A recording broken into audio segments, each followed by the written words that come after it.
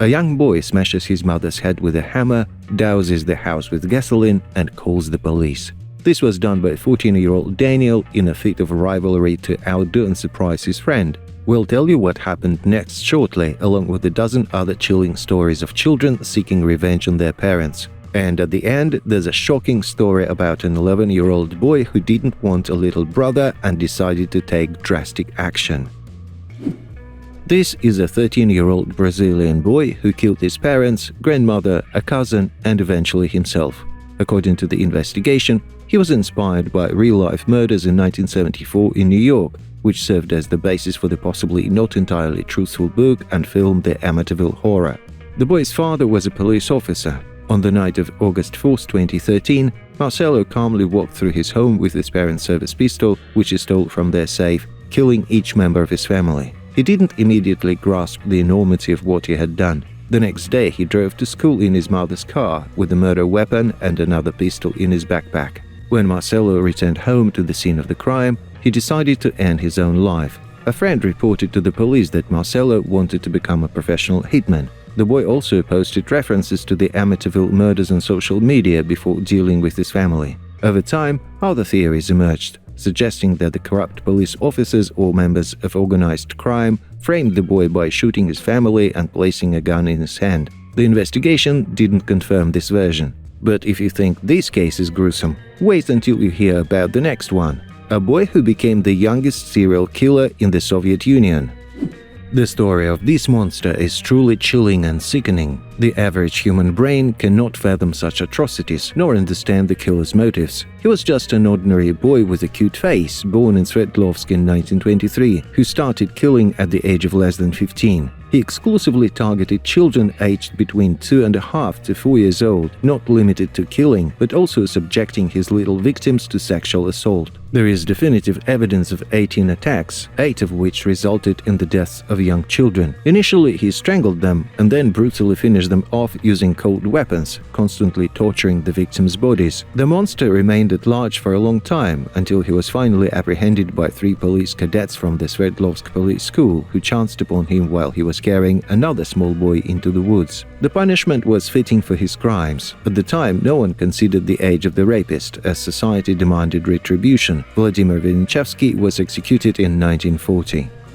She's one of the few girls who killed her parents when she had just turned 18. Surprisingly, she shot her father, Stacy Lannert, who had been her Superman in her early childhood, always supportive and helpful. Witnesses said Stacy grew up as a true daddy's girl, so why did she take such a step? The reason is that Thomas subjected his other daughter, Christy, to physical abuse. He frequently threw her down the stairs at home and constantly beat her, and after Stacy turned 8, he turned his attention to her, making her sleep with him. After 10 years of torment, Stacy decided to take action. One night, when her father had passed out drunk on the couch, she grabbed his rifle and shot him. However, she did it with her eyes closed, and the bullet hit him in the shoulder. This made Thomas wake up and call for help, but Stacy ignored his pleas and shot him several more times. She confessed to the murder and was sentenced to life imprisonment. In 2009, her sentence was commuted to time already served. She spent a total of 18 years in prison. The prosecutor believes that her release was a mistake. He claims that she lied about the abuse and essentially killed her father for the $500,000 inheritance she received after his death. So she waited until she reached adulthood to start a new life. The motives of the next kids were straightforward and naive. Their parents were in their way. In 1996, 17-year-old Robert and 14-year-old Jeffrey Dingman were 2 modest teenage brothers who decided to shoot their parents in their own home. Annoyed by their parents' rules and upset about constant arguments and complaints, the 2 brothers had been discussing their plans for months, trying to figure out how to commit the crime. They considered methods like poisoning and drowning, but eventually settled on shooting their parents. Jeffrey fired the first shots, seriously wounding their father and mother. Then Robert finished them off, mocking them before they could die. The boys placed their parents' bodies in trash bags, which they hid in the attic and basement. Then they threw a real party with friends, claiming their parents had gone on vacation. The colleagues of the murdered couple called the police when the 2 adults didn't show up for work. Although the evidence was undeniable, prosecutors convinced Jeffrey to testify against his brother because he had delivered the fatal shots. Jeffrey was sentenced to 30 years in prison, and Robert received a life sentence.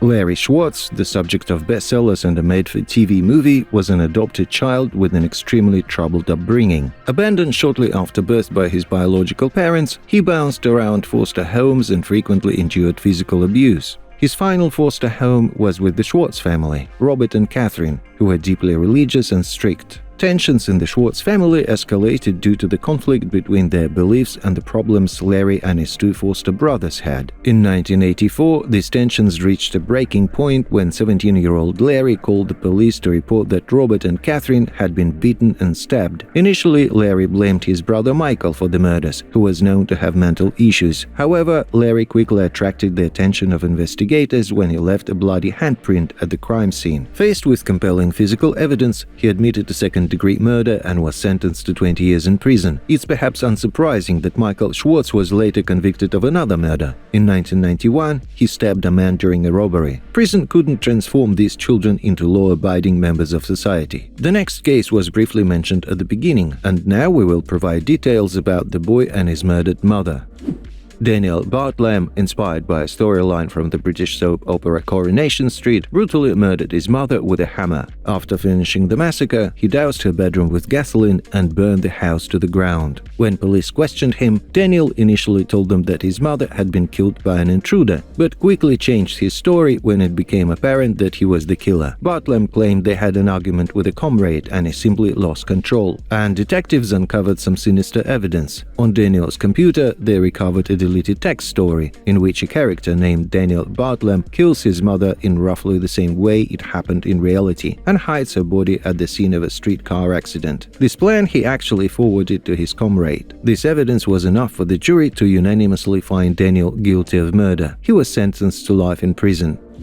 Greg Owsley's parents were not physically abusive, but his father was an alcoholic and his mother tended to direct emotional outbursts at her children. Snapping, to put it simply. Greg's parents didn't know how to express their love for him, and he was quietly angry at their insensitivity. But what really shook him up was when he caught his mother kissing his father's best friend. Also, when he complained to them about his terrible thoughts of murder and suicide, his mother just walked away. She claimed he was watching too many movies. Feeling that nothing was going to change, Greg decided to kill his parents, which seemed like the only way out for the severely depressed young man. He decided it would be easier for him to survive the breakup of his family that way. Since mom and dad don't want to be together, don't want to be with him, then let there be no one. A situation that could well have been resolved with one conversation turned into a real tragedy.